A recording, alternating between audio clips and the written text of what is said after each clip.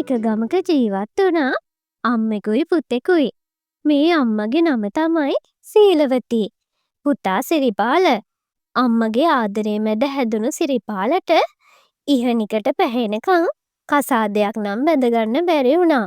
මොකද හොයාගන්න මනමාලිගේ ඇදයක් සීලවතීට පෙනුණා. කාලේ ගෙවිලා ගිහින් තමන් වගේම පුතත් වයසට යනවා කියලා තේරුණ සීලවතී ආයෙම සිරිපාලට මගුල් හෙව්වා. මොකෝ එන්සිනෝ මං අර කියාපු කටයුත්ත ගැන බැලුවද? බැලුවා නෝනේ. වැඩේ කියන්නේ දැන් නෑම්බියෝ. ඔය ඉහනිකට පැහෙනකං ඉන්නේ නෑ නොවැ. කල වයසේ ආන්තං හරියාගෙන එද්දිම මගුල් ජෝඩු කරගන්නවනේ. ඩිංගක් වයස වුණා කියලා මොකෝ එන්සිනෝ. අපේ කොළුවගේ අඩුපාඩුවක් තියෙනවා කියලයි. වයස බල ඉන්න ඕන නෑ. අපේ කොළුවට ඔය 18-20 කෙල්ලෙක් වුණත් යස අගේට ගැලපෙනවා. මං තාඩිංගක් හොයලා බලන්නම්කො නෝනේ. මොකෝ අම්මේ අර එන්සිනා නැන්ද පාන්තරම ඇවිත් ගියේ? මගේ පුතා දැන් එන්නම වයසට යනවා. මං මේ බැලුවේ හොඳ කටයුත්තක් හොයලා බලලා කරලා දෙන්න. ඕව මට හරියන වැඩ නෙමෙයි අම්මේ. දැන් කීයක් නම් බැලුවද? එකක් හරි ගියාද? නිරපරාදේ සල්ලි නාස්ති නොකර ඉන්න. මෙදා පොටේ නම් වරදින්නේ නෑ. මං එන්සිනාට හොඳට උගන්නලා යැව්වේ. ඒකී අපූරු මනමාලියෙක් බලයි. අම්මට හොඳ දෙයක් කරන්නකෝ.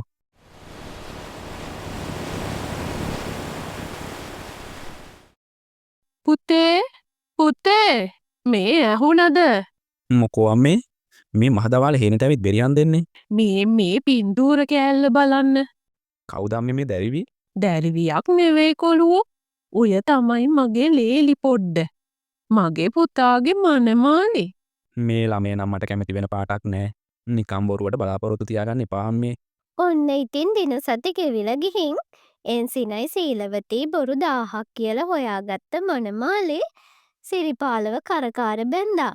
ඔන්න ඉතින් ජයටම මගුල් කාලා ගෙනාපු මනමාලෙව සීලවතීටත් හරි අගේනේ. සීලවතී මනමාලිට හරිම ආදරෙන් ගේ දොර වැඩ හිම කරන්න ඕන පිළිවෙලක් කියලා දුන්නා. ඕන්දුවේ. මෙහි වැඩ කෙරෙන පිළිවෙල නම් ඕක තමයි. මයේ දූ බය වෙන්න එපා. මෙහි ඉතින් ඔය අනිත් ගෙවල් වගේ නෙවෙයි. හරිම නිදහසේ ඉන්න පුළුවන්. ඒක හොඳයි අම්මේ. මං ඉතින් අපේ ගෙදරටම හිටපු එකම ළමයානේ. නිදහසේ පාඩුවේ ඉන්න එක තමයි මටත් ඕන.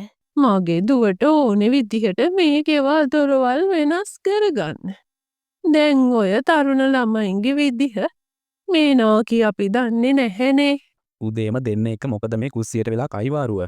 කෝවද මට හේන්ට යන කෑම එකක් වන්නේ නැද්ද? අයියා උදෙන්ම හේනට යන්නද මේ හදන්නේ? අයියා කියන්න එපා දුවේ. අපේ මහත්තයා කියන්න.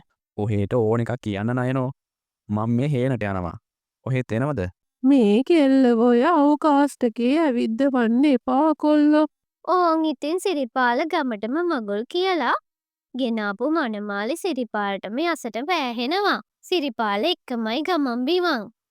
සිරිපාලත් ඉතින් කුළුඳුලේම කැන්දගෙන ආව මනමාලිව හරිම ආදරෙන් බලාගත්තා. සිරිපාලගේ නයනගේ ආලවන්තකම් එහෙම වෙද්දි ඕන් සීලවතීගේ නයනගේ යාලේ පෑලදොරින් පැනලා දිව්වා.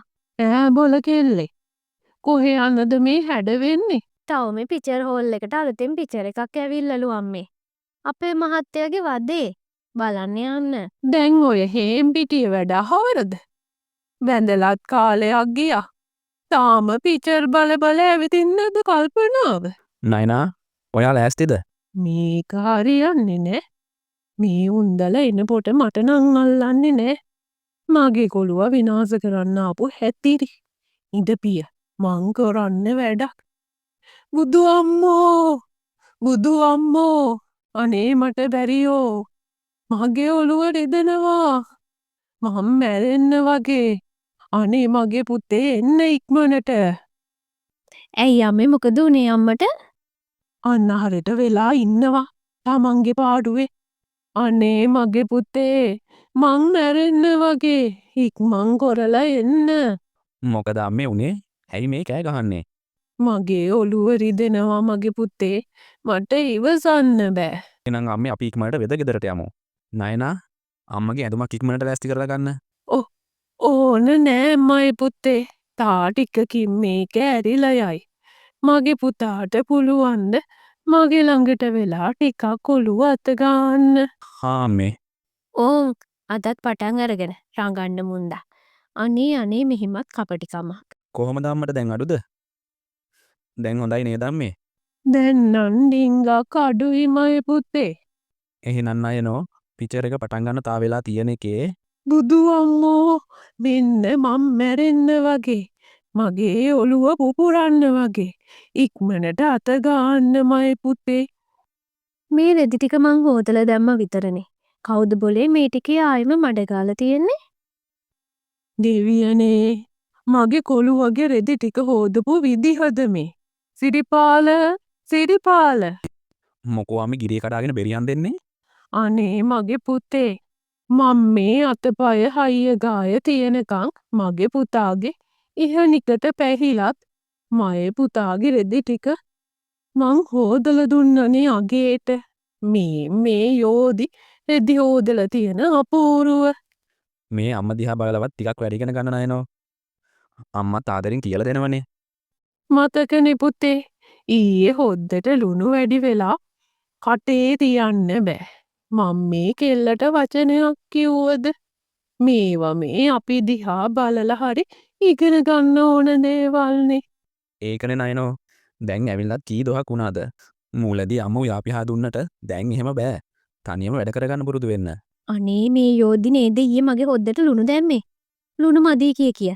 දැන් කතා කරන හැටි විතරක්. මොකෝ කෙල්ලේ මේ සද්දයක් නැත්තේ. මයේ දූට මම මේ බනිනව නෙවෙයි. කියලා දෙනවා විතරනේ. මේ නෑ අම්මේ. මම මේ අම්මා කියන දේවල් ටිකක් හිතට ගත්තා. ආයෙ එහෙම නොකර ඉන්න ඕන හන්දා. දැන් නම් ඉතින් නයනට මේ කසාදේ තිත්ත වෙලාම ගිහින් ඉවරයි. කොච්චර හොඳට වැඩපල කරන්න හැදුවත් නැන්දම්මගේ දුෂ්ට වැඩ එමටයි. දවසෙන් භාගයක්ම නයන කරන්නේ ගේදොර අස් කරන එක. ඉතුරු භාගෙම උයන පිහන එක. ඒත් නැන්දම්ම සීලවතී නම් නයන කරන දේ අනිත් පැත්ත ගහලා සිරිපාලගේ කනේ තිබ්බා. මේ හිස රදේ නම් හරියන්නේ නෑ. මේකට මොකක් හරි උපායක් හොයාගන්න ඕනි. අදත් මේ උන්ද හොර බැලලි වගේ යන්නේ රෙදිවැල පැත්තට නේද? දෙයියනේ මගේ හොදපු රෙදි ටික අදත් මං ඉවරයි. දැන් ආපු ගමන් සිරිපාලව අවුස්සයි. උන්දත් මුන්දගිව පුතානේ. මයේ පුතා ආවද? ආයේ මේකේ කාලට කියලා මයේ පුතාගේ රෙදි හොද ගන්න ඕන නෑ. පේනවනේ පලියට කරන විදිහ. මට බැරි නෑ මගේ දරුවගේ ඇඳුම් කඩමලු ටික හොදලා දෙන්න. නයනා ඉක්මනට මෙහෙට එන්න. ඕන නෑ පුත්තේ. ඒ ළමයට ඕව තේරෙන්නේ නෑ. අනික දවසෙම කෙට වෙලා නිදාගෙන ඉඳලා දැන් ඔය නැගිට්ටා විතරයි. මොනවා? අම්මද මේ ගේදොර වැඩ ඔක්කොම කරේ? ඕව නම් මට නුපුරුදු වැඩ නෙවෙයිනේ මයි පුතේ. අනේ මං කියන දේ අහන්නකෝ. මොනවා අහන්නද නයනෝ? ආයෙ මෙහෙම හැසිරුණොත් ඇත්තට මම ඔහෙව ගිහින් බාර දෙනවා ඔහුගේ මහ උන්දරටම. දැන් කොච්චර කල් මම මේ උන්දගේ කරදර ඉවසුවද? ගෙදර වැඩවල ඉවරෙකුත් නෑ. බැනුම් වල ඉවරෙකුත් නෑ. මේක හරියන්නේ නෑ. එක්ක මම මේ ගෙදරින් යන්න ඕනි. නැත්තම් මේ උන්දගේ පදේට නටන්න ඕනි. මං දැන් මොකද්ද කරන්නේ දෙයියනේ? හරිනේ. මාත් නටන්නම්කො හොඳ අඩව්වක්. අප්පොච්චිත් එක්ක තොইলට නැටුවට පස්සෙම මටත් ඒ ඇඳුමෙන් වැඩක් ගන්න බැරි වුණානේ. එහෙනම් නැන්දම් මේ බලමුකෝ. ඔහුගේ කස්තිරමද මගේ අඩව්වද කියලා. ඔන්න ඉතින් නයන රෑ දෙගොඩ හරියේ සිරිපාලගෙත් හොරාටම ඇඳුම් පෙට්ටියේ මුල්ලක දාලා තිබුණු වෙස්මුණයි යක් ඇඳුමයි ඇඳගෙන නැන්දම්මගේ කාමරයට ගොඩ වුණා. බොල සීලවතියේ නැගිටපිය. මං ආවා යෝදී. ඉක්මන් කරලා නැගිටපිය. අනේ මේ යක්ෂ උන්නාන්ස කෙනෙක්. අනේ මොකද මේ රෑ ජාමේ. යමං මං එක්ක අපාය බලන්න. ලෝදිය හැලිය රත් එද්දිමයි මම මේ ආවේ. බොල සීලවතියේ ඔහේ මේකෙට වෙලා කරන කෙරුමක් මං දන්නේ නැහැ කියලා හිතුවද? මාය මිනිපිරිට කරන කෙනෙහිකම්. මිනිපිරි? අනේ යක්ෂ උන්නාන්සේ කියන දෙයක් තේරෙන්න කියන්න. මිනිපිරි බොල මගේ මිනිපිරි. නායන කෙල්ලා. මං ඒකේ මරුණු 100ක්. මමයි බොල දැන් මේ යක්ෂ අඩවිය පාලනය කරන්නේ. අද මං ඔයව අරගෙන යනවා අපායට. මෙහෙ එනවා. බුදු අම්මෝ මට එන්න බැරියෝ මාව අතාරින්න අනේ මාව අතාරින්න මං ආයේ එහෙම කරන්නේ නැතෝ දෙවියනේ මේ යෝධි පරලව ගියාවද්ද? මේ සද්දෙට සිරිපාල එන්නත් බැරි නෑ. ඉක්මනට මාත් හැංගෙන්න ඕනේ. අම්මේ දෙවියනේ අම්ම බිම වැටිලා. නයනෝ ඉක්මට වතුර එකක් අරගෙන එන්න.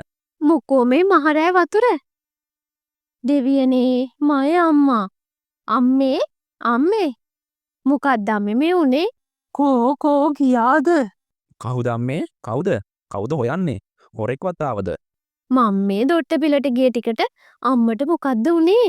නෑ මයබ්දුවේ මං මේ හීනෙන් බය වුණා දැන් හරි මය පුතාලා ගිහින් නිදාගන්නකෝ ඔන්න ඉතින් අයන හොඳ වයින් අඩව්වක් අල්ලලා මොනවත් නොදන්න ගානට ගිහින් නිදාගත්තා.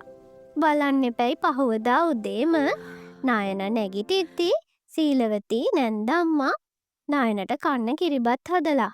පුදුම ආදරයක් තමයි උන්දැගේ තිබුණේ. නායනටත් ඉතින් හිතේ ස්පාසුවේ ඒ ගෙදරට වෙලා ඉන්න පුළුවන් වුණා මේ අඩව්වෙන් පස්සේ. මොකටද ඔය තරහමරහ කියලා හිතපු නායනා සීලවතීටත් උදව් කරගෙන සිරිපාලත් එක්ක සතුටෙන් ජීවත් වුණා.